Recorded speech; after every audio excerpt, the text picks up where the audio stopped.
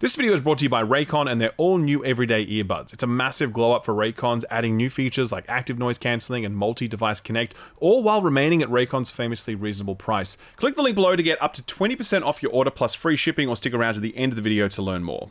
Gamers! Oh man, I am struggling. I spent an entire weekend earlier this month playing Civ 7, 23 hours in 2 days. That was a bad idea. I thought after all these years the charms of Civ would no longer work on me, but it got me like a recovering alcoholic on a work trip to Vegas. Then I had a South of Midnight preview build to play through. To be honest, that was a really pleasant surprise, and you can find my impressions up on the channel right now, but TLDR, I liked it, and if you like stuff like Psychonauts, I think there's a good chance you'll enjoy this. I'm now more than 60 hours deep into Kingdom Come Deliverance 2, which is absolutely tearing it up this week on Steam, but I had to put that on hold because I got sent a review code for Avowed and wanted to punch that one out before returning to KCD after that.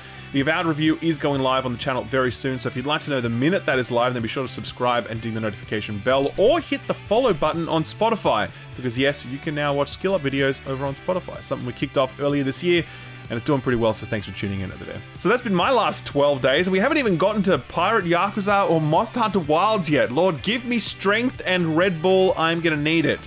You know who else needs to pick me up?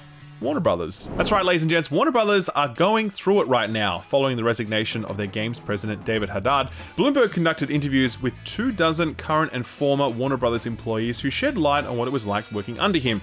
They cited a lack of strong, cohesive vision, multiple reorganizations, and years of ineffectual trend chasing and wasted development time. Apparently, he also didn't play video games, which is exactly the kind of person you'd want running a multi-billion-dollar gaming division. Despite this, Warner Brothers head of games and streaming, JB Perrottet, remains optimistic about the future. In a recent interview, he said, quote, "We'll get right back to profitability in 2025. We won't get back to the profitability we want to get back to in the next 2 to 3 years. It will take 2 to 3 years to rebuild, reset to levels we want to be at, but the bounce back is immediate as far as going from loss-making to profitability," end quote. Bold claims from a publisher that has suffered catastrophic losses at the hands of both Suicide Squad and Multiverses, having just pulled the plug on the latter last week. And despite his optimism, there doesn't seem to be too much hope on the horizon, as Bloomberg reports that the Wonder Woman game from Monolith, one of the company's biggest prospects, isn't doing too hot. According to sources familiar with the project, the game has already cost over $100 million to produce, and it's still a very long way from release, likely in part due to the project being completely rebooted alongside a director changeover early last year. Apparently the game initially made use of the Nemesis system that made the Shadow of Mordor game so compelling, a system that, let me remind you, was in fact patented by them, making this the only upcoming game where we'd get to experience that system again. If that's gotten you excited, well, sorry to be the bearer of bad news, but this was apparently tossed out to make way for a more traditional action-adventure format. Great, patent an idea and then never use it. Very nice. Warner Brothers Montreal faces similar turmoil after Gotham Knights, a game that started out as a live service and then went back on that, but was still severely hamstrung by live service design elements. It's reported that they were going to try to do the live service thing again with a new project, but that's since been canned. They then pitched a Constantine game, but leadership failed to follow through on that. Can I just say, that's a bummer, because a Constantine game would have been fucking cool. Then they began work on a game based around The Flash, but this was also scrapped following the disastrous reception to the movie. At present, they're now lending whatever help they can to the Wonder Woman game while putting together a pitch for a Game of Thrones game, because yeah, that's what everyone's crying out for in 2025, more Game of Thrones stuff. How fares Warner Brothers' other studios then? Well, Avalanche is currently working on new content for Hogwarts Legacy, but there's been no date given for when that might drop, and Rocksteady is looking to return to Batman, but like the Wonder Woman game, it's apparently very, very far off. So yeah, despite the best efforts of leadership to keep spirits high, Warner Brothers continues to tread water after their streak of blunders outside of Hogwarts Legacy, and with no savior in sight, I suspect it'll be a long time before they're back on dry land. Now imagine, if you will, an alternate reality where Rocksteady kept making single-player Batman games, and where Monolith stuck with Shadow of War, and where Warner Brothers Montreal made a Game of Thrones game back when we all still cared about Game of Thrones. These are easy W's that Warner Brothers squandered as they pursued the live service fool's gold, and like every other publisher before them and since,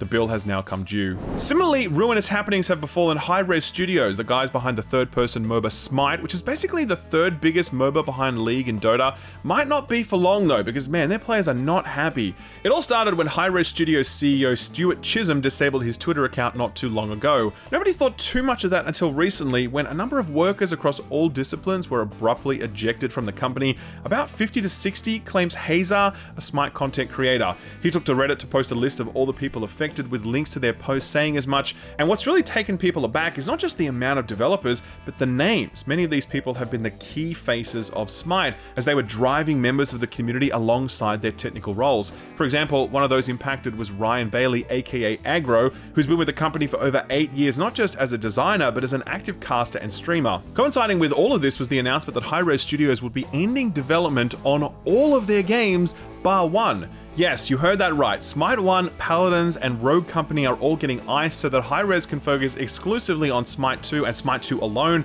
This news comes courtesy of a Discord post which states, quote, "In light of challenging market conditions, Hi-Rez is implementing a reduction in force across our Rally Here, Evil Mojo Games, and Titan Forge Games divisions. This was a difficult decision aimed at ensuring the long-term sustainability of our studios. Smite 2 will continue to be the focus of the newly streamlined operations. These reductions should enable a steady flow of new content and the continued development of Smite 2 while aligning team costs with revenue," end quote. So yeah, as of right now, Smite, Paladins, and Rogue Company servers will no longer receive further content or support, though their servers will remain active for the time being. This obviously is a big blow for those who enjoyed those less popular titles, but even Smite players aren't super pleased about being effectively forced to move on for a number of reasons. Smite 2 is slightly different in its systems, it has more expensive in-game spending, and it's worth noting that it's still in early access, so it suffers from the expected bugs and balance issues. All of this has sent the community into a bit of a panic, so it's easy to see why the CEO pieced out of social media prior to all this going out. In an effort to bring Smite 2 up to par ASAP, Hi-Rez have promised that they'll be releasing new heroes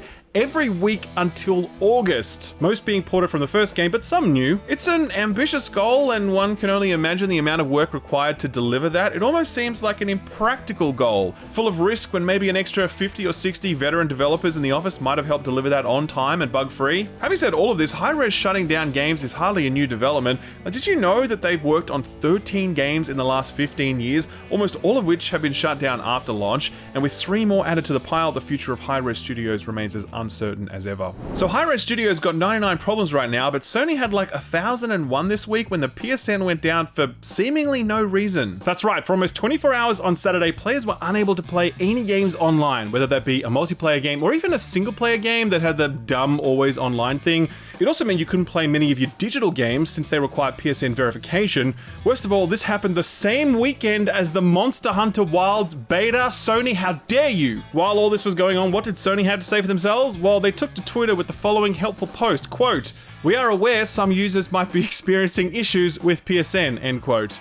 Thanks guys, the comms team really earning their paycheck with that one. The problem was later resolved. PS Plus members were given 5 bonus days of service as compensation, and most importantly, the Monster Hunter Wilds beta was extended an extra day. But yeah, Sony has still not explained what happened here, and their lack of explanation does seem passing strange. We all of course remember the outage back in 2011, which lasted for 23 days and was a result of a hack compromising around 77 million accounts. Hopefully it's nothing like that here, and fingers crossed the PSN stays stable for Monster Hunter Wilds launch, because God help the network engineer who stands between a Monster Hunter fan and their latest fix. A quick lightning round to finish off. Hey, remember Resistance, the first and third person shooter franchise from Insomniac Games back on the PS3? It was kind of like Sony's answer to Gears of War, sort of ish. Well, the outgoing CEO of the studio, Ted Price, was recently interviewed by the Kinda Funny podcast, and when quizzed about the possibility of a Resistance 4, he had this to say, quote, "We did pitch that one, and it was a wonderful concept. It was a result of a lot of Insomniac team members being passionate about extending the story further. I do believe that Resistance has set up a really cool alternate history base where anything can happen with the Chimera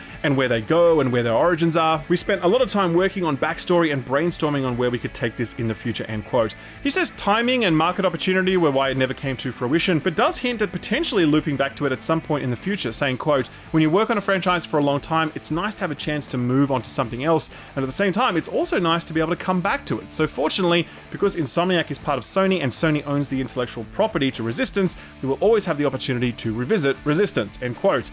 That's nice and all, but I'm pretty sure we know what Insomniac are working on for the next decade or so, and sadly, a Resistance game is not on that list. The Nintendo Switch 2's mouse-like Joy-Con functionality is now confirmed, sort of. After being teased in the new console's reveal trailer, 4 patents were recently made public by the World Intellectual Property Organization, providing a detailed look at the inner workings of the Switch 2's Joy-Cons, confirming that, at least according to the patent, the Joy-Cons will be used as a mouse when their edge side is held against a flat surface. It's pretty much the only new feature coming to the Switch 2, so I guess we'll take what we can get. Paradox Interactive continue their acquisition crusade with the recent pickup of Hi-Rez Games, the strategy game studio best known for titles like Surviving Mars, Jagged Alliance 3, and Tropico. The acquisition price was not disclosed, but Gabriel Dobrev, the founder of the studio, seems pretty chuffed, saying, quote, "We're delighted to become part of the Paradox family. The cultural fit between our companies is remarkable, and we already feel at home. This partnership empowers us to push the boundaries of our games, delivering deeper and more intense experiences to our players. It also opens new horizons for our team, technology, and creative processes, which we're eager to explore," end quote. Paradox has had a less than stellar year, or a couple of years really, so I'm kind of surprised that they had the cash for an acquisition. Speaking of cash, earnings call season is still rolling through this week, and Take-Two Interactive put on quite a show. They seem pretty content right now with their net bookings sitting at $1.37 billion, up 3% last quarter. Recall that Borderlands 4 is still planned for some time this year, and it appears as though GTA 6 is still on track for a fall 2025 release despite rumors of a delay, which I'm sure is comforting to hear for the many studios sheepishly holding off on game releases around that period. Speaking of which, according to Take-Two, GTA 5 has now sold 210 million units, Jesus Christ. And unsurprisingly, Red Dead Redemption 2 has now sold an impressive 70 million copies. One interesting tidbit out of the Take-Two subsidiary 2K Games, they've reportedly fired Michael Condrey, president of the developer 31st Union, in response to the tepid reveal of their new game, Project Ethos. Now, if you're thinking, what the hell is Project Ethos, then you, my friend, are not alone, because I honestly totally forgot this even existed, and I had to go look up the trailer, and yeah, I can totally see why I forgot about this. It was that Fortnite-looking thing that was like an extraction shooter mixed with a hero shooter, and I don't know, just, yeah. The news comes courtesy of Kotaku, who were tipped off by 2 sources familiar with the project. According to the team, the game was in development for several years with hundreds of developers behind it across studios in both San Francisco and Spain. But I mean, yeah, just look at this. Like, I don't know, man, this does not seem like it's the next big thing. 2K made a statement to Kotaku saying, quote, "Michael will be transitioning his role in the short term to focus on advising on the future of Project Ethos. We remain very committed to the forward path of Project Ethos and the people and culture of the 31st Union studio," end quote. So yeah, despite Condrey leaving the team, the game will, I guess, continue chugging along. Godspeed to 31st Union. This seems like it's going to be a pretty rough road ahead. Bandai Namco report record high profits during the last financial year, with net sales increasing by 24% and operating profit up a whopping 129%. Their game sales grew 35.7% in the last year, with Elden Ring and its expansion continuing to do well, alongside the massive success of Dragon Ball Sparking Zero. As such, the company has upped their profit forecast for the next year by 12.5%, and with Elden Ring Night Rain on the way, I don't think that confidence is misplaced. It's not all been good news for Bandai Namco though. According to news site Automaton, Bandai Namco appear to have shrunk their workforce on the down low. The studio's website indicates that there were 1,294 employees as of the 1st of April last year, but the Japan Pension Service, which lists the number of insured employees at a company, shows Bandai Namco as having 1,177 employees. That's a reduction of 177 employees in the past year. Sadly, that comes as no surprise after the cancellation of Blue Protocol and Gundam Evolution, with Bloomberg reporting a couple of months ago that the studio was pressuring up to 200 employees to voluntarily resign by putting them in rooms with literally nothing to do, like a Japanese severance or some shit. Just an incredibly bleak way to fire someone. Finally, Iron Galaxy, the studio behind the wrestling battle royale Rumbleverse, which will be sadly shutting down at the end of this month, it's laying off 66 of its workers. They made the announcement over a LinkedIn post saying, quote, "At Iron Galaxy, we've been making sacrifices to keep our teams intact. It's been our hope that we could emerge from this long winter alongside all teammates who have come to work with us over the years. Today, we're making the unfortunate announcement that we've run out of room to maneuver amidst this slow recovery. We have reduced our employee base by 66 people. This was a means of last resort for us. It's a measure we do not take lightly to enable our long-term survival," end quote. Fair enough, given that their only work outside of Rumbleverse was as a support studio on PC ports for Uncharted and The Last of Us. Hope those affected are able to land on their feet soon, and the studio can figure out its next steps.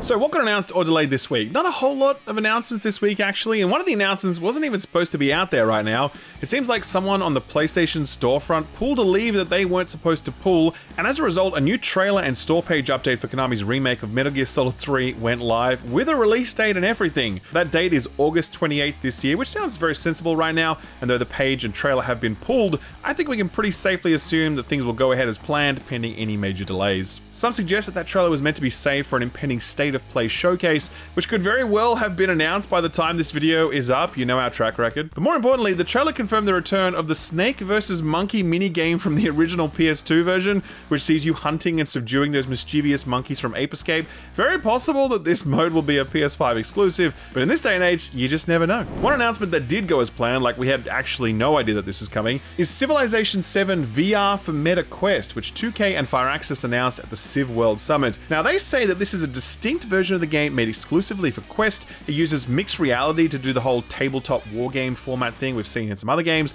so we do suspect it'll be a little more streamlined than the full-blown game, but then again, you never know. It's actually being primarily developed by an Australian studio called Playside, but it's of course highly likely that Firaxis' work on Civ 7 will be a part of this too. But clearly, the most important feature is the one where you get to hang out with life-size leaders and watch them give you shit about running their civilization into the ground. It's coming sometime third quarter this year. It actually looks pretty cool. Finally, another studio made up of veterans from developers like EA, BioWare, and Epic have popped their heads up, and that new studio is called Noodle Cat Games. Their first game is Cloudheim, which, as you might have guessed, is a Nordic-inspired game set across a bunch of skybound isles. Man, floating isles are so hot right now, I guess Tears of the Kingdom really left its mark. Cloudheim is a co-op action RPG with crafting and physics-based combat, with its big pitch being a fully breakable world. It's due out sometime in 2025 for PC. A couple of cancellations now, and hey, do you remember that Resident Evil multiplayer game that was bundled with RE Village like a year after RE Village actually came out? Yeah, I don't think so. No one does, so it's totally unsurprising that Capcom is shutting down the service for this one at the end of June. It was called Resident Evil RE-Verse, and it was a 6-player multiplayer shooter that was just as bad as all the other Resident Evil shooters. They really do have a very strong track record on that front. At the same time, Dead by Daylight is adding a 2v8 Resident Evil mode to its rotation, so chances are that'll get a lot more players than Capcom ever achieved with their dedicated thing. And finally, Football Manager 25 has been cancelled after already being delayed twice. It was meant to be the biggest visual and technical leap for this glorified spreadsheet simulator, but the development team hit some difficulties with transitioning the game to a new engine, and it didn't quite get there in the end. Did it make sense to push this game back another few months and then expect people to buy Football Manager 26, so the 25 edition has just been scrapped altogether? If you're wondering just how popular this series is and how much money Sega lost by not releasing a game this year, here's a fun fact for you. The last edition of Football Manager clocked 14 million players. So yeah, I guess some people at the studio and Sega's management team aren't getting a bonus this year. So what came out last week? Well, first up, Ed's current Game of the Year frontrunner is something called Keep Driving.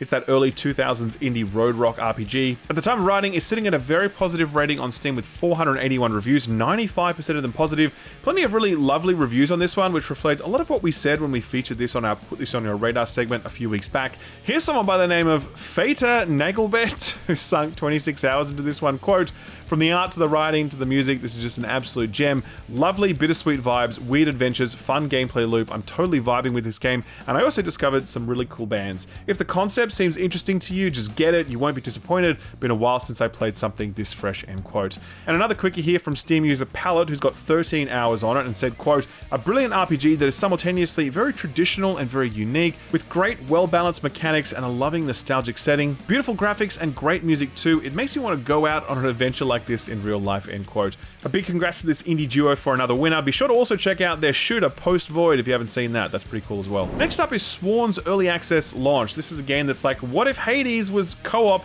and based on the lore of King Arthur? Sounds like a pretty solid concept, and thankfully it's landed pretty well too. Very positive user reviews on Steam with about 600 reviews and 85% of them being positive at the time of writing. Here's Steam user Blind Panda, who sounds like they had a fair amount of fun. Quote, "Finally, a Hades-like game with multiplayer. Feels great, especially playing through with friends, finding what classes, weapons you like, what upgrades you like, and what works together that makes you feel like you broke the game. I've had plenty of fun playing this with friends," end quote. User by the name of Chan has 20 hours in this, and they said, quote, "Hades crawled so Sworn could walk," end quote. Damn, man, watch out for those Hades fans. They're gonna hunt you down, Chan. Next up, a personal favorite, a game about digging a hole, and that's its actual name. Remember this one? Surely it was just some crappy Shovelware. Hey. Anyway, it turns out this actually rules. It's very positive with over 2,000 reviews on Steam. Here's a review from Listoric, who's got 13 hours in the game. Quote, I'm a simple man. I see dirt, I dig. It's a good life. End quote. One more from Andy, who has 7 hours in it. Quote, really digging this game. End quote. This game also seems to be like dad joke simulator. Anyway, there's a lot of jokes as you'd expect in the Steam reviews, but here's a slightly more useful one from Mr. T that's addressed the elephant in the room. Why it's just so satisfying to dig a massive fucking hole in your backyard. Quote, the game only takes 40 minutes if you just go for the treasure. So you may be wondering why it nearly took me 6 hours. Well, I didn't dig for the treasure. I digged because I wanted to dig, and it took me nearly 6 hours to dig everything. I do not regret it. It was very relaxing, and I appreciate this game for just letting me live my childhood dream of digging a massive hole in the garden. 10 out of 10 would dig it all over again. End quote. God bless you, Mr. T. Live your truth, man. Absolutely love to see it. Worth mentioning that the developer of this game is also making another video game called Solarpunk, which is a full-blown first-person survival game set in a world of, you guessed it, floating sky islands. Will this jokey side project meme game be more successful than Solarpunk? I mean, it would be pretty funny if it was, but man, it would be also kind of a bit of a bummer in some ways. Either way, congrats to the developer. You seem to be onto a good thing. Okay, so Civilization came out for anyone who didn't buy the deluxe edition, so given how quiet it is, we thought we'd check back in on the reviews for that situation, and oh man, it is not looking good over on Steam. While the critic reviews for this one were largely positive, save for a few outliers like Eurogamer, the early adopters who paid way too much money for early access seem to be agreeing with those outliers. Steam reviews at the time of writing are mixed, with only 51% of the 10,000 reviews being positive. The primary complaints are about the game's bad UI, which seems to have been fashioned for a console without anything more detailed for PC. No idea why studios keep doing this. It's every single time it happens, people get pissed off and then they need to go back and do an update. It just happens every time. Outside of that, there's disappointment with the new age system and myriad other complaints about systems, design choices, and the general direction of the new entry. Like we said last week, for a game like Civ, you can't really judge how good or bad some things are until you've run through them multiple times for hundreds of hours. For something like the UI complaints though, yeah, that's definitely a bit of an odd fumble. Ahead of the public release, Firaxis also released a public statement acknowledging all of the mixed Steam reviews and saying they're focused on addressing 3 broad issues as soon as they can, which include UI improvements, which is the #1 item on their list, adding some game options to adjust the length of your games and the map types, and finally, quality of life issues and AI balancing. The tradition of Civ games launching unfinished remains undefeated. Probably a good idea to wait for a little bit before picking this one up. Finally, let's check in with Urban Myth Dissolution Center. This is the Japanese indie visual novel about a paranormal detective agency, and it certainly seemed to have charmed quite a few critics ahead of its launch. On OpenCritic, it's sitting at a strong 80, which is very impressive, though only a handful of critics managed to take a look at this one. Japanese culture site Silicon Era loved this one, giving it 9 out of 10, and here's what they had to say, quote, I genuinely appreciated almost everything about Urban Myth Dissolution Center, with its art direction, gameplay, and story all being quite captivating. The only occasional annoyances stem from some nitpicky responses and requirements during investigations and hypothesis-forming segments. If it didn't have these minor issues, I'd call it a pretty perfect adventure, end quote. Taking a look at one of the reviews on the lower end of the scale, Checkpoint Gaming gave this one 6 out of 10, ultimately owing to some disappointment around its detective elements. Quote, its striking pixel art and emphasis on social media as a tool for investigation lend it a unique charm, though it's let down by repetitive gameplay and awkwardness in its narrative pacing. Worth a look for fans of creepypasta, but those keen on a more fleshed out investigative experience may be left wanting, end quote. So what's coming out this week? Well, starting off with the 14th of February, Valentine's Day, for those of you who might have forgotten until now. The big new game is Legend of Heroes Trails Through Daybreak 2.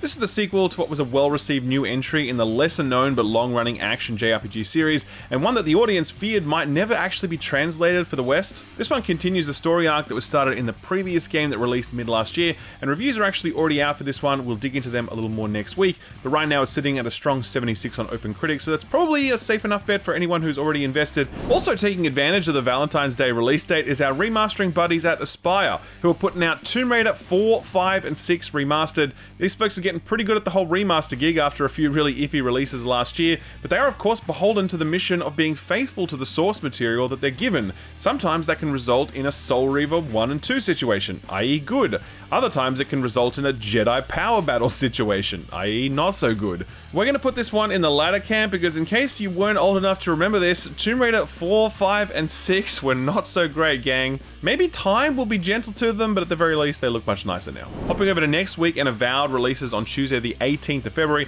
though you can get early access to it from the 13th if you decide to shell out for the premium edition.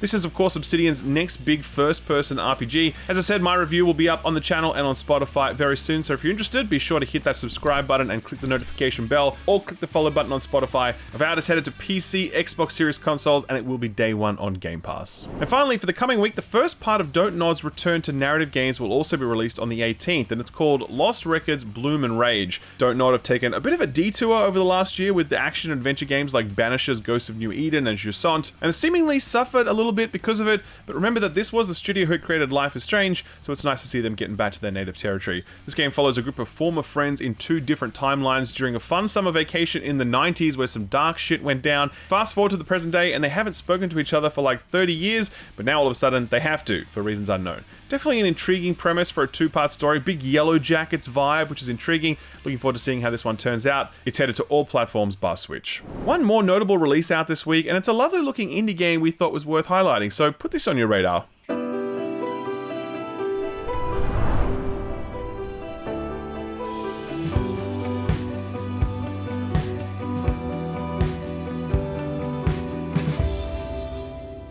Rounding off the Valentine's Day releases this week is Afterlove EP. This comes from the narrative game publisher Fellow Traveler, who just put out the excellent Citizen Sleeper 2, and is developed by Indonesian dev Muhammad Fahmi, the creator of the beloved Coffee Talk series, of which there were 2 entries in the past 5 years. This one follows the story of a young musician in Indonesia who's struggling with the loss of a loved one and finding it quite difficult to move on. Meanwhile, his band members are trying to be both supportive and egg him on to get his shit together ahead of a make or break gig for the band, and you've got just under a month to try to make all of this happen. It's a mix of side-scroller, choice-based visual novel and rhythm game with a lovely art style of sketchy lines and watercolors that paints a charming picture of modern Indonesia. Now, in a sad parallel to the themes of the game, Muhammad Fahmi actually passed away in 2022 before the game was complete. However, the team he was working with on the project at the time has spent the last few years pledging to make sure this final, deeply personal project gets out into the world. A really nice commitment from these folks. I can't imagine it would have been easy.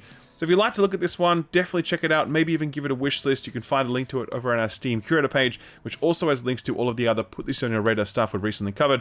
I'll leave a link to all of that below the like button. Sort of free stuff time now, and on the Epic Games Store, you still have a few days to pick up scuba diving game Beyond Blue, as well as Amplitude's 4X strategy game Humankind, a very opportune time to give this one out for free, given that Civ 7 just dropped. Next week though, at the time of writing, Epic has only indicated that they have a free legend for Apex Legends arriving next week, though there could very well be another surprise freebie announced by the time this episode goes up, so keep your eyes peeled. Over on Nintendo Switch Online, they revealed one new game coming to the classics lineup, Wario Land 4 for Game Boy Advance, which I'm told is pretty good. And finally, Prime Gaming has announced its freebie lineup for February, and by God, they cannot be stopped. There is just a lot of good shit here. Here are some highlights. Right now, you can pick up gold codes for Bioshock Infinite Complete Edition, as well as the excellent puzzle game, the Talos Principle Gold Edition. That one's getting a big remaster sometime next year, by the way, but that certainly won't be free. Starting on the 13th of February, you can also get Epic Game Store codes for the really great chill spaceship dismantling game Hard Space Shipbreaker, as well as Lisfunga the Time Shift Warrior, which is a neat little isometric action game with a cool mechanic where you do your thing to kill some enemies, rewind time,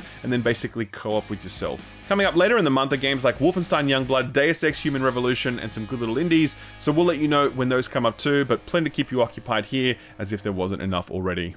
Our feel-good story for the week combines 3 of my favorite things: cyberpunk, PC mods, and feet. Don't worry, I'm just joking about that last one. But am I? I'll tell you who's not joking about it: Josh Wallens of PC Gamer. He downloaded a cyberpunk mod that replaces V's hands with feet. The results would make Quentin Tarantino a very happy man.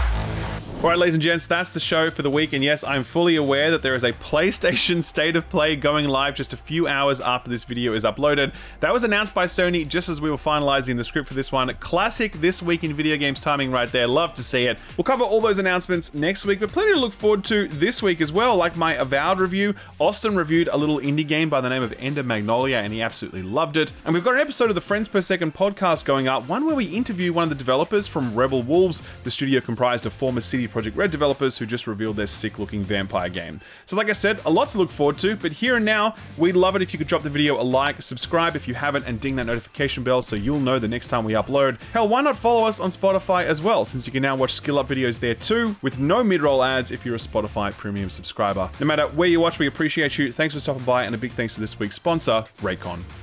Listen, I know that you know what Raycons are. You've seen them all over the internet for years, including from myself. I've been partnered with Raycon for like 4 years now. Massive shout out to them, by the way, for the support they provided the channel. So you think you've seen Raycons 100 times before, but you probably haven't seen these Raycons, because just recently, Raycon did a full refresh of their flagship product, their everyday earbuds. This new model is an evolution of Raycon's already incredibly solid and reliable product, improving every aspect of it while also adding entirely new features. On the improved side of things is the design, which is even more comfortable and ergonomic than before, and their in-ear design means that they stay on your ears way better than many other earbuds. There's also improved battery life. These things will go up to 32 hours now, 8 hours of direct playtime, and a fast charging case that gives you 90 minutes of playback in just 10 minutes of charging. In terms of newly added features, the everyday earbuds now have active noise cancelling, and this is a feature that you usually have to pay like a premium for from other brands, but Raycon have just added it while maintaining their same affordable price point that they've always been famous for. There's also now support for multi-point connectivity, meaning you can sync 2 devices at once, and the earbuds will automatically switch to whichever device is outputting audio. It is super convenient being able to sync these things to like an iPhone and an iPad at the same time. They even went the extra mile with the case, since in addition to your choice of colors for the earbuds, you can also buy a case protector that comes in a range of additional colors. I got the yellow sunset option, making it a lot easier to spot when I leave these things laying around my house, which is what I usually do. I've used Raycons for literally years now and have always been impressed with their performance and reliability. Hell, I actually own a few pairs at this point. I keep one next to my bed and one in my gym bag so I never accidentally forget them. If you want to grab a pair for yourself, then you're in luck, because Raycon are doing a special deal for viewers of this channel. Visit buyraycon.com/skillup for up to 20% off your order plus free shipping. That link is below and in the pinned comment, but it's buyraycon.com/skillup for up to 20% off plus free shipping. Thanks to Raycon for sponsoring the video, and thank you for watching it.